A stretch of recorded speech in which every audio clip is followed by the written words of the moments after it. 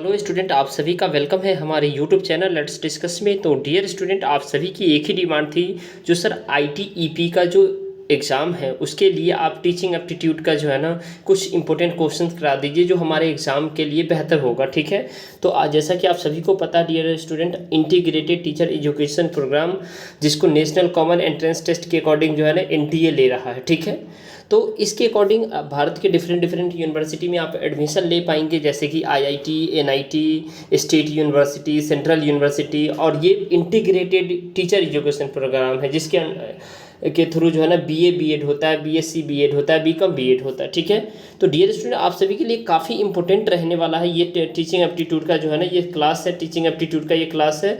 और यहाँ से आपके क्वेश्चन आने के चांसेस है। ठीक है, बहुत ही मोस्ट एक्सपेक्टेड क्वेश्चन है और बहुत ही इंपॉर्टेंट क्वेश्चन है। ठीक है, इस वीडियो को पूरा देखिएगा और अपने दोस्तों तक जरूर शेयर कीजिएगा, क्योंकि ये वीडियो मैं आपके डिमांड पे लेकर आया हूँ। आप सभी बच्चे रिक्वेस्ट कर रहे थे सर मुझे टीचिंग एप्टीट्यूड का इंपॉर्टेंट क्वेश्चन से लेकर आइए जिससे हमारी टीचिंग एप्टीट्यूड और बेहतर हो और आप समझ पाए कि आपके एग्जाम में किस तरीके का क्वेश्चन आता है। ठीक है, जैसा कि मैंने आपको प्रीवियस ईयर में ही हमने उपलब्ध करा दिया है और प्रीवियस ईयर को भी जो है ना जो क्वेश्चन है वो हमने आपको चैनल पे दे दिया है। ठीक है, तो चलिए डियर स्टूडेंट, इसी कंटेक्स्ट में एक एक करके इस क्वेश्चंस को सॉल्व करते हैं और समझने का कोशिश करते हैं और आपके जो माइंड का जो मैपिंग है ना उसको हम डेवलप करते हैं। ठीक है, ताकि आप किसी भी क्वेश्चंस को एग्जाम हॉल में बिना प्रेशर के अच्छे तरीके से टैकल कर पाए। ठीक है, तो लेट्स स्टार्ट। देखिए, शिक्षण का मुख्य उद्देश्य क्या है? सबसे पहला मेन एम होता है यानी टीचिंग का एम ऑब्जेक्टिव क्या होता है, समझे। जैसे कि आप टीचर बनेंगे इसमें तो आप ऑब्वियसली आप से ये क्वेश्चन पूछा जा सकता है जो मेन ऑब्जेक्टिव ऑफ टीचिंग क्या है। तो याद रखिएगा dear student, main objective of teaching जो है ना क्या है, तो पहला ऑप्शन है prepare student to pass the examination, ये भी है लेकिन ये कम है। ठीक है, लेकिन उसके बाद टू डिक्टेट गुड नोट्स, ये भी है लेकिन ये उतना ज़्यादा इफेक्टिव नहीं है। Provide the required information related to the subject, ये भी है लेकिन to develop thinking power of student, ये सबसे इंपॉर्टेंट है। तो आपका सबसे इंपॉर्टेंट आंसर जो होगा उसमें आप टिक किया करिए। ठीक है, क्योंकि ऑप्शन तो चारों सिमिलर ही होते हैं लेकिन जो ज़्यादा इफेक्टिव होता है उस पर आपको आंसर लगाना होता है। राइट, तो आई होप कि आपको ये समझ में आ रहा है। क्वेश्चन नंबर नेक्स्ट देखते हैं प्यारे स्टूडेंट। ये क्वेश्चन बहुत ही इंपॉर्टेंट क्वेश्चन है। ठीक है, इसको आपको समझने है। निम्नलिखित में से कौन सा शिक्षण की गुणवत्ता का सूचक है, यानी which of the following is an indicative of quality of teaching, यानी क्वालिटी ऑफ टीचिंग, यानी इस चार ऑप्शन में से कौन सा आपको लग रहा है जो क्वालिटी ऑफ टीचिंग है। ठीक है, तो देखिए पहला ऑप्शन है कक्षा में शांति बनाए रखने की अवधि, यानी period of maintaining the peace in the classroom, ये हो सकता है लेकिन उतना इफेक्टिव नहीं है। ठीक है, कक्षा में छात्रों द्वारा पूछे गए सवालों के मानक, यानी standard of questions raised by the student in the classroom, तो ये देखिए ये भी हो सकता है लेकिन उतना इफेक्टिव नहीं है। ठीक है, कक्षा में छात्रों द्वारा दिए गए उत्तरों के मानक, ये नहीं है। ठीक है, लेकिन आप यहाँ देखिए डियर स्टूडेंट, उसके बाद ये छात्रों का उत्तीर्ण होने का प्रतिशत, पास परसेंटेज ऑफ द स्टूडेंट, ये भी हो सकता है लेकिन सबसे बेहतर आपको चूज करना है, सबसे अच्छा आंसर चूज करना है। यानी कौन सा शिक्षक की गुणवत्ता का सूचक, यानी क्वालिटी एजुकेशन की बात कौन कर रहा है, तो यहाँ आपका ऑप्शन डियर स्टूडेंट ये बी हो जाएगा, यानी standard of the questions raise by student in the classroom, यानी क्लासरूम में जब टीचर टीच करता है, ठीक है, तो उस समय जो बच्चे क्वेश्चन रेज करते हैं उसके जो लेवल अच्छे होते हैं तो उससे पता चलता है जो क्वालिटी एजुकेशन हो रही है, क्वालिटी टीचिंग हो रही है। राइट, तो आपका इसका option dear student B option हो जाएगा। इसी तरीके से नेक्स्ट क्वेश्चन है डियर स्टूडेंट, आप इसे अच्छे से समझिए। निम्नलिखित के किस स्तर में शिक्षार्थी को अवधारणाओं के सकारात्मक और नकारात्मक उदाहरणों के बीच भेदभाव करने का अवसर मिलता है, यानी in which level of the teaching the learner gets an opportunity to discriminate at length between the positive and the negative example of the concept, यानी कौन सा ऐसा लेवल है, ठीक है, जहाँ पे बच्चे जो है ना क्या कहते हैं, यानी सकारात्मक और नकारात्मक के बीच को अंतर को भेदभाव को पहचान पाता है। ठीक है, तो देखिए डियर स्टूडेंट, ये जो है ना तीन तरीके के लेवल ऑफ टीचिंग होती है, आपको समझ लेना है। पहला होता है मेमोरी लेवल, दूसरा अंडरस्टैंडिंग और तीसरा रिफ्लेक्टिव लेवल होता है। ठीक है, लेकिन इसका आंसर किस लेवल के अंदर है ये पूछा गया आपसे, तो इसका आंसर डियर स्टूडेंट आपका हो जाएगा अंडरस्टैंडिंग लेवल, यानी कोई भी बच्चा जो है ना किसी टीचिंग लर्निंग को यानी सही गलत को आइडेंटिफाई कर पाता है तो टीचिंग वो अंडरस्टैंडिंग लेवल की लर्निंग हो जाती है। ठीक है, और जिसको रट लेता है वो मेमोरी लेवल का होता है। रिफ्लेक्टिव लेवल बच्चे करके सीखते हैं। ठीक है, तो इस लेकर के जो है ना इसका आंसर आपका बी ऑप्शन हो जाएगा, राइट। एंड फोर्थ वन आपका क्या है डियर स्टूडेंट, इसे समझिए। फोर्थ क्वेश्चन है, निम्नलिखित में से किस शिक्षण स्तर से में संचार प्रक्रिया बहुत ही उच्च स्तर पर सक्रिय और परस्पर संवादात्मक होती है, यानी the communication process is active and interactive, यानी कम्युनिकेशन प्रोसेस कब एक्टिव होता है और कब इंटरेक्टिव होता है at very high level in the which of the following level. तो किस लेवल पे कम्युनिकेशन प्रोसेस जो है ना डियर स्टूडेंट बहुत ही एक्टिव होता है और इंटरेक्टिव होता है, यानी बेहतर होता है, सबसे बेहतर होता है। तो इसका आंसर आप याद रखिएगा, ये रिफ्लेक्टिव लेवल में होता है। कौन सा होता है? रिफ्लेक्टिव लेवल में होता है, राइट। इसके बाद नेक्स्ट क्वेश्चन में हम जाते हैं डियर स्टूडेंट। क्वेश्चन नंबर हमारा फिफ्थ है। क्वेश्चन नंबर फिफ्थ है, अध्यापन के किस स्तर में मुख्य जोर विचार सूचना को ग्रहित करने और उसके व्यवस्थित प्रस्तुतिकरण पर होता है? In which level of the teaching the main focus is laid on the capturing and systematic presentation of ideas and information. तो किस पे किस प्रोसेस यानी किस लेवल ऑफ टीचिंग में आप आइडियाज़ को कैप्चर करते हैं, इन्फॉर्मेशंस को सिस्टमैटिक तरीके से प्रेजेंट करते हैं, किस प्रोसेस में होता है, यानी कौन से लेवल ऑफ टीचिंग है? तो इसमें डियर स्टूडेंट आपका answer memory level, understanding, reflective, autonomous, development level. तो ये चार ऑप्शन में से कौन सा ऑप्शन होगा? तो इसका ऑप्शन हो जाएगा मेमोरी लेवल। यानी आप एज इट इज क्या करते हैं, किसी भी इंफॉर्मेशन को गेन करते, कैप्चर कर लेते हैं, राइट। तो इसलिए करके ये मेमोरी लेवल का हो जाता है, स्मृति स्तर जिसको हिंदी में कहते हैं। क्वेश्चन नंबर 6 है, शिक्षण में परस्पर संवादात्मक होने के बजाय शिक्षक की भूमिका किस स्तर पर अधिक सक्रिय होती है? यानी which level of teaching the teacher's role is more active rather than being interactive, यानी ज़्यादा एक्टिव होता है इंटरेक्टिव होने के बजाय किस लेवल में, तो किस स्तर के टीचिंग में होता है डियर स्टूडेंट? तो आपको ये बताना है। तो याद रखिएगा मेमोरी लेवल के अंदर में होता है। किस में होता है? मेमोरी लेवल, यानी क्या कह रहे हैं, more active and being interactive, interactive होने के बजाय वो एक्टिव होता है, ठीक है। तो कहने का मतलब ये मेमोरी लेवल के टीचिंग में होता है। इसके बाद आपका जो है ना क्वेश्चन नंबर 7 है।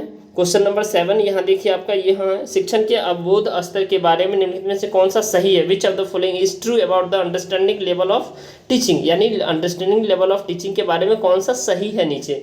तो इम्पार्टिंग द फैक्चुअल इन्फॉर्मेशन, यानी फैक्चुअल इन्फॉर्मेशन को इम्पार्ट करना, ठीक है, या teaching to comprehend the concept, या फिर teaching to explore the field of knowledge, या teaching to develop the rational thinking.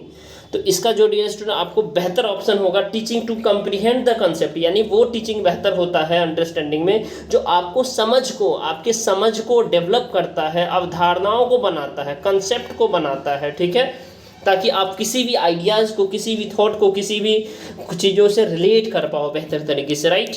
इसके बाद नेक्स्ट है dear student question number 8। Question number 8 है, शिक्षण का वह स्तर जिसके लिए उच्च कोटि के चिंतन कौशल के उपयोग की आवश्यकता होती है कहलाता है the level of the teaching which demand the use of the higher order thinking, यानी किसमें हॉट्स क्वेश्चन आपने देखा होगा HOTS लिखा होता है, ठीक है, HOTS, higher order thinking skill. ये तो यानी कह रहा है किस लेवल में है, यानी टीचिंग के किस स्तर में जो है ना हॉट्स क्वेश्चन आते हैं, ठीक है। तो याद रखिएगा डियर स्टूडेंट ये रिफ्लेक्टिव लेवल के अंदर में आते हैं, किस में आते हैं? रिफ्लेक्टिव लेवल के अंदर में आते हैं, ठीक है। यानी ये वो स्तर है जहाँ पे आप जो ना सोचना बंद करते हैं और वहाँ से आप सोचना स्टार्ट करते हैं, जहाँ पे आपका सोचना रुक जाता है उसके बाद फिर सोचना स्टार्ट करते हैं, ठीक है, वो रिफ्लेक्टिव लेवल का होता है, ठीक है। अब नेक्स्ट क्वेश्चन हम देखेंगे, क्वेश्चन नंबर 9 है हमारा, शिक्षण के समझ स्तर का प्रमुख प्रस्तावक कौन है? Who was the main proponent of the understanding level of teaching. तो अंडरस्टैंडिंग लेवल ऑफ टीचिंग किसने दिया है ये पूछा जा रहा है डियर स्टूडेंट। तो इसको आपको समझना, understanding of level of teaching किसने दिया है, ठीक है, यानी कहने का मतलब समझ स्तर का जो टीचर ये टीचिंग है, ठीक है, टाइप्स है, उसको किसने दिया है, कौन सा ऐसे जो है ना साइकोलॉजिस्ट है जिन्होंने दिया है। तो इसका ऑप्शन आपका हो जाएगा मॉरिसन। ये क्या है? मॉरिसन दिया है, ठीक है। अब इसी में आप डियर स्टूडेंट हंट ने जो है ना क्या है रिफ्लेक्टिव लेवल दिया है, किसने, कौन सा दिया है? रिफ्लेक्टिव लेवल, ठीक है। इसके बाद आपका जो है ना डियर स्टूडेंट नेक्स्ट है जो है ना, ये देखिए हार्वर्ड दिया है किसका? मेमोरी लेवल, हार्वर्ड ने दिया है मेमोरी लेवल का, टीचिंग ऑफ मेमोरी लेवल। तो आपसे पूछे टीचिंग ऑफ मेमोरी लेवल का कंसेप्ट किसने दिया है? तो हार्वर्ड ने दिया है। आपसे पूछे टीचिंग ऑफ रिफ्लेक्टिव लेवल का कंसेप्ट किसने दिया? तो हंट ने दिया है। अगर आपसे पूछे अंडरस्टैंडिंग लेवल ऑफ टीचिंग किसने दिया? तो मॉरिसन ने दिया। तो आपका इसका आंसर ए हो जाएगा, राइट। उसके बाद क्वेश्चन नंबर 10 पे चलते हैं डियर स्टूडेंट। क्वेश्चन नंबर 10 है हमारा, शिक्षण का उद्देश्य, the aim of the teaching, aim of the teaching क्या है, यानी पढ़ाने का जो एम क्या होना चाहिए, ठीक है। तो याद रखना डियर स्टूडेंट, इसमें से 4 ऑप्शन है, 4 ऑप्शन को आप पढ़ो, अच्छे से एनालाइज करो और बेहतर कौन है वो लगाओ, ठीक है। इसमें मैं भी बताऊंगा लेकिन आप लोग भी खुद से भी करो, ठीक है। अगर आपको ये वीडियो अच्छा लगता है तो इस वीडियो को जरूर लाइक करिएगा, अपने दोस्तों तक जरूर शेयर कीजिएगा, चैनल पे नए हैं तो चैनल को सब्सक्राइब जरूर कर लीजिएगा ताकि आपको डियर स्टूडेंट अपडेट मिलता रहे, राइट।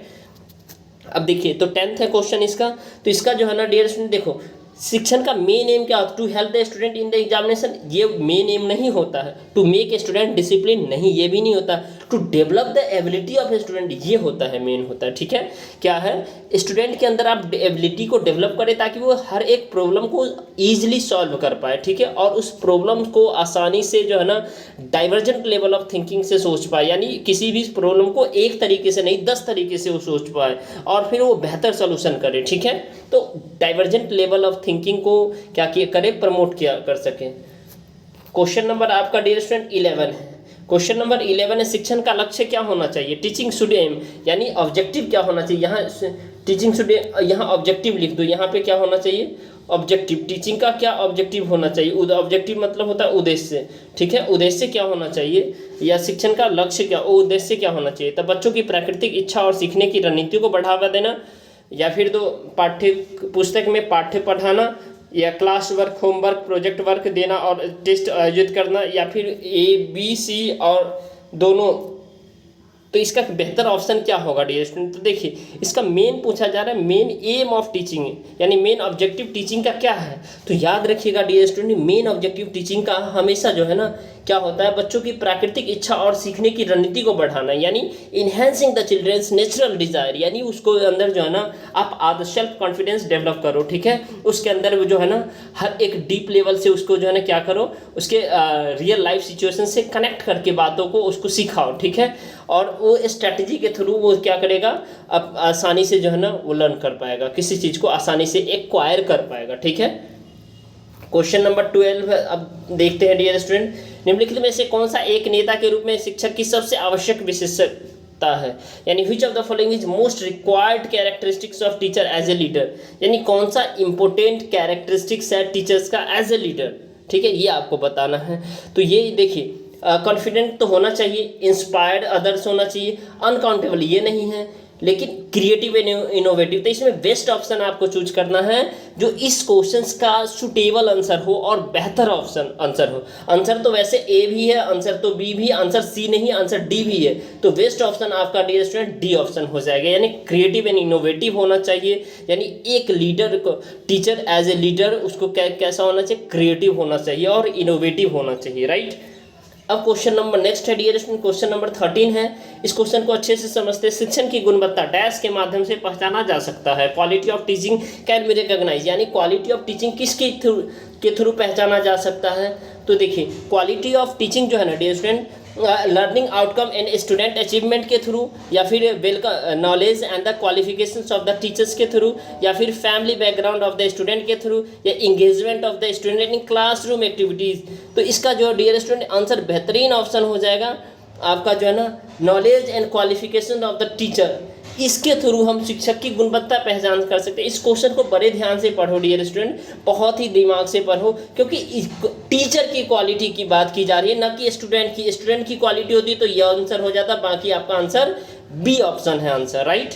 उसके बाद क्वेश्चन नंबर हम 13 देखेंगे डियर स्टूडेंट, 14 नेक्स्ट 14 हमारा है, देखो शिक्षण के वाक्यांश TLM, यानी TL मॉडल का क्या मतलब होता है, the phrase TL model of teaching imply, यानी इसका मतलब क्या होता है। तो ये आपको सीधा सीधा याद रख लेना है डियर स्टूडेंट। इसका मतलब होता है teaching and learning are internally related, यानी टीचिंग और लर्निंग एक दूसरे से जुड़ा होता है, ठीक है। टीचिंग और लर्निंग क्या है, एक दूसरे से कनेक्टेड होते हैं, किसी को आप सेपरेट नहीं कर सकते हैं। तो teaching and learning are internally related at each other, ठीक है। उसके बाद क्वेश्चन नंबर आपका 15 है, ये बहुत ही इंपॉर्टेंट क्वेश्चन है, ठीक है। एक शिक्षक को डैश की पहचान करनी चाहिए और उसके अनुसार शिक्षा देनी चाहिए। अ टीचर शुड आइडेंटिफाई, यानी टीचर को क्या पहचानना चाहिए और उसके अनुसार क्या शिक्षा देनी चाहिए। तो economic condition of student, individual difference among the student, या economic condition of the parents, या individual difference among the parents. तो इसमें क्या करना चाहिए आपको, ठीक है डियर स्टूडेंट। तो इसमें आपका याद रखना है डियर स्टूडेंट, इंडिविजुअल डिफरेंस यानी छात्रों के बीच व्यक्तिगत भिन्नता को आइडेंटिफाई करना चाहिए, उसके अनुसार उसको टीच करना चाहिए, राइट। और ये बेहतरीन ऑप्शन होता है और ये बहुत ही बेहतर ऑप्शन होता है, जिससे आप बच्चों के डिफरेंट बैकग्राउंड, डिफरेंट जो है ना उसके जो लैंग्वेज है, ठीक है, रीजनल लैंग्वेज है, इसको एज ए रिसोर्स आप यूज़ कर पाओ और बच्चों में जो आप नॉलेज इम्बाइब करना चाहते हो उसको बहुत अच्छे से आप कर पाओ, ठीक है। नेक्स्ट है आपका डियर स्टूडेंट क्वेश्चन नंबर आपका 16। क्वेश्चन नंबर 16 बहुत ही अच्छा क्वेश्चन है, ठीक है।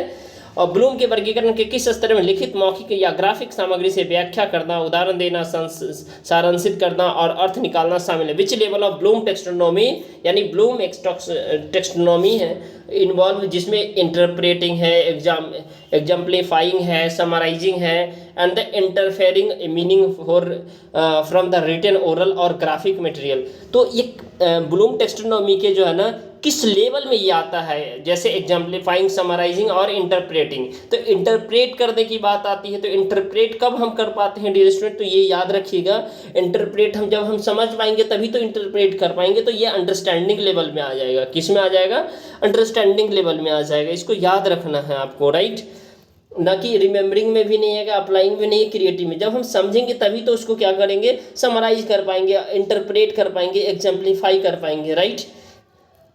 क्वेश्चन नंबर आपका डियर स्टूडेंट 17 है, किस संज्ञानात्मक कौशल में मानदंड या मानकों के आधार पर किसी चीज के मूल्य या गुणवत्ता के बारे में निर्णय लेना शामिल है। Which cognitive skill involve making the judgement about the value और quality of the something based on criteria और स्टैंडर्ड, ठीक है।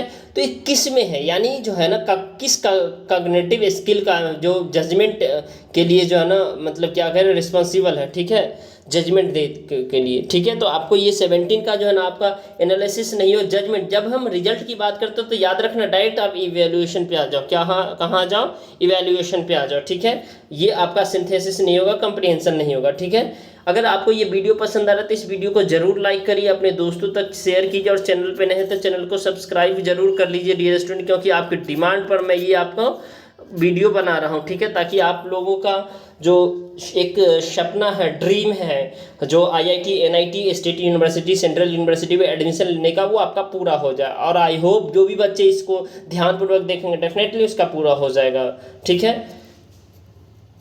अब क्वेश्चन नंबर 18 है, क्वेश्चन नंबर 18 को अच्छे से समझना डियर स्टूडेंट। समस्या को हल करने के लिए अपने पूर्व ज्ञान का उपयोग करके बच्चों द्वारा एक नई स्थिति में सीखी गई सामग्री का उपयोग करने की क्षमता कहलाती है the ability to use the learned material, यानी ability to use the learned material is a new situation by child making use of his previous knowledge to solve the problem is called. यानी वो ability जो है ना जो नए knowledge को यानी प्रीवियस नॉलेज को नए नॉलेज से जोड़ता है और किसी प्रॉब्लम को आप सॉल्व कर पाते हो, यानी पुरानी ज्ञान को प्रेजेंट ज्ञान से जोड़ता है और किसी समस्या को आप आसानी से हल कर लेते हो, वो किस लेवल में आएगा इसमें, ठीक है। अगर हल कर लेते हो, ठीक है, तो याद रखना डियर स्टूडेंट, ये जो आपका जो है ना ये एनालिसिस, सिंथेसिस, एप्लीकेशन और नॉलेज, इसमें किस लेवल में आएगा, तो आपका आंसर होना चाहिए डियर स्टूडेंट यहाँ पे एप्लीकेशन है। यानी जब आप समझ लेते हो प्रीवियस नॉलेज को अभी के नॉलेज से जोड़ लेते हो और किसी सॉल्यूशन को तक आप पहुँच जाते हो, तो आप एप्लीकेशन है, यानी उसका जो है एडवांटेज आप देख रहे हो, ठीक है, उसका एडवांटेज देख रहे हो, ठीक है। तो आई होप कि ये समझ में आ रहा है प्यारे स्टूडेंट। क्वेश्चन नंबर 19 है जो कि बहुत ही इंपॉर्टेंट है, ठीक है। ब्लूम के वर्गीकरण के 3 ज्ञान क्षेत्र कौन है, the 3 domain of the Bloom taxonomy कौन कौन सा है, तो सीधा सा आपको इसको याद रख लेना है, कॉग्निटिव, अफेक्टिव और साइकोमोटर है, ये 3 है, ठीक है। कॉग्निटिव, अफेक्टिव और साइकोमोटर। कॉग्निटिव क्या होता है, ब्रेन से रिलेटेड होता है, अफेक्टिव आपका जो है ना बॉडी, आपका जो है ना मतलब थिंकिंग से, सॉरी कॉग्निटिव आपका थिंकिंग से रिलेटेड होता है, अफेक्टिव आपका ब्रेन से रिलेटेड होता है, ठीक है, और साइकोमोटर आपका बॉडी से रिलेटेड होता है, ठीक है। तो ये तीनों आपको याद रख लेना, ठीक है। ब्लूम के 3 टेक्सोनोमी क्या क्या है, cognitive level, affective level, psychomotor. Hindi में कहते हैं संज्ञानात्मक, भावनात्मक और मनोज्ञात्मक, राइट। क्वेश्चन नंबर 20 है, इसको अच्छे से समझना है प्यारे स्टूडेंट, ये बहुत इंपॉर्टेंट क्वेश्चन है, ठीक है। एक प्रभावी भाषा शिक्षक यानी इफेक्टिव लैंग्वेज टीचर, यानी अच्छे लैंग्वेज टीचर बनने के लिए, ठीक है, आपके अंदर क्या क्वालिटी होना चाहिए, सबसे प्रश्न आता है आपके अंदर वो कौन सा क्वालिटी होना चाहिए, ठीक है। तो will make children learn all the answer two questions given in the text book, यानी क्या वो बच्चों को ऐसा बना दे ताकि वो टेक्स्ट बुक में जितना क्वेश्चन है उसका आंसर कर ले, ठीक है, ये है। या फिर will use the text book as well as other material as a resource for teaching, यानी टेक्स्ट बुक के साथ साथ दूसरे मटेरियल को भी वो आसानी से यूज कर पाए एज ए नॉलेज के पर्पज से, ठीक है। तो और उसके बाद थर्ड है केवल पाठ्य पुस्तक में दिए गए प्रश्नों का उपयोग करके प्रश्न तैयार करना, ये गलत है, ठीक है। पूरी तरह से निर्धारित पाठ्य पुस्तक पर निर्भर रहना, ये भी गलत है, ये भी गलत है। आपका ये दोनों में से एक होगा, तो आपका जो आंसर हो जाएगा डियर स्टूडेंट, ये आपका बी ऑप्शन हो जाएगा, ठीक है। यानी एज ए रिसोर्स, यानी आपको क्या करना, शिक्षण के लिए संसाधनों के रूप में पाठ्यपुस्तक के साथ साथ अन्य सामग्री का उपयोग करना एज ए रिसोर्स, ये काफ़ी इंपॉर्टेंट हो जाता है। तो आपका बी ऑप्शन करेक्ट है। तो आई होप प्यारे स्टूडेंट ये आपको समझ में आए। इस वीडियो को जरूर लाइक करिए, चैनल पे नए तो चैनल को सब्सक्राइब कीजिए और वीडियो को शेयर कर दीजिए, ठीक है, अपने दोस्तों के साथ साथ। और आगे भी मैं इस पर एक और वीडियो लाऊंगा जो कि आपके एग्जाम के पहले मैं ऐसे वीडियो लाऊंगा जो मास्टर स्टॉक होगा, और आपके डेफिनेटली आपके एग्जाम में यहाँ से क्वेश्चंस देखने को मिलेंगे, ठीक है, और आपका एग्जाम बेहतर हो। जैसे कि प्रीवियस ईयर का हमने क्वेश्चन भी दिखाया आपको, उसके अकॉर्डिंग हमने बनाया है, ठीक है। तो चलिए फिर मिलते हैं अगले अपडेट के साथ। आप व्हाट्सएप चैनल पे हमें से जुड़ सकते हैं, व्हाट्सएप ग्रुप पे जुड़ सकते हैं, आप टेलीग्राम चैनल पे जुड़ सकते हैं, फेसबुक पे आप जुड़ सकते हैं। तो सभी का लिंक मैं इसमें पेस्ट कर देता हूँ, ठीक है। और किसी को भी पर्सनल गाइडेंस चाहिए तो ज़रूर आप मैसेज करें, आपको पर्सनली बताया जाएगा, हेल्प किया जाएगा। चलिए तब तक के लिए bye bye, take care, have a nice day, thank you for watching.